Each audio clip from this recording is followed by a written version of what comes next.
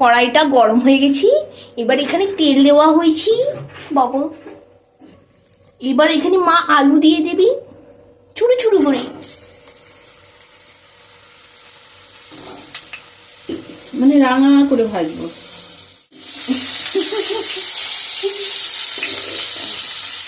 ভালো করে এবার নাড়াচাড়া করতে হবে যাতে লাল লাল করে ভাজা হয়।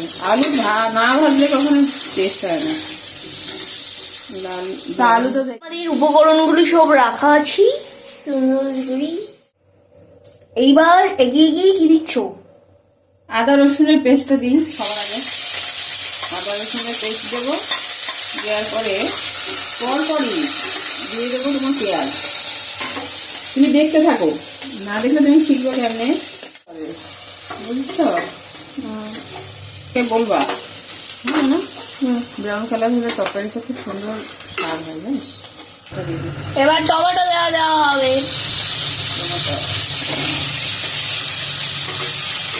কত ধোয়া। লবণ দিলে একদম নরম হয়ে যাবে। বাঁধাকপি রান্নাটা টক টক লাগবে, স্বাদই আলাদা। চালু হচ্ছে। হ্যাঁ, এবার বাঁধাকপি দেওয়া হবে। এবার লঙ্কা দেবে,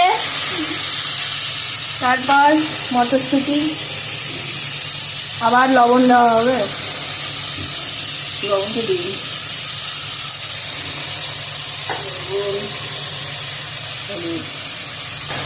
শীতের এই যে কচি মটরশুঁটি স্বাদ কি বলতো? অসাধারণ। ওইটা নাড়াচাড়া।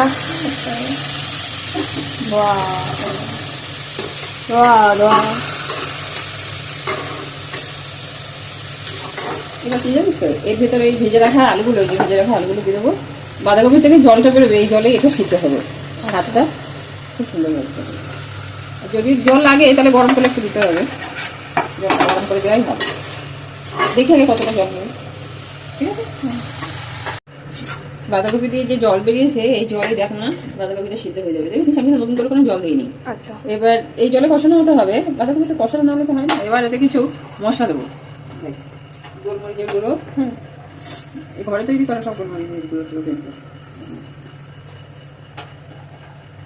জিরে গুঁড়ো, আর অল্প একটু দেবো ধনে গুঁড়ো।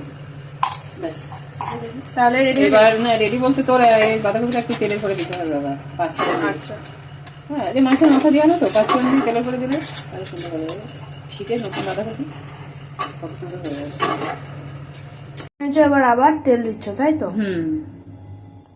ভালোভাবে গরম করে নিয়ে অল্প করেই তেল দেবো। 5 ফোড়ন তেলের করে দেবো। এবার এটা এর মধ্যে দেবো, তাই তো? তেলটা গরম হয়ে যাবে। তেল এখনো গরম হয়নি।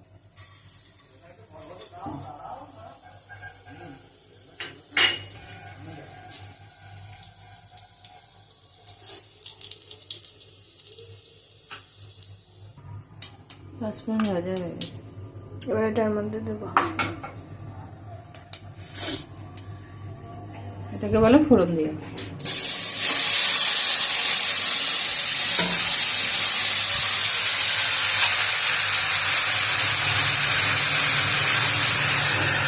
দারুণ গন্ধ বেরোচ্ছে।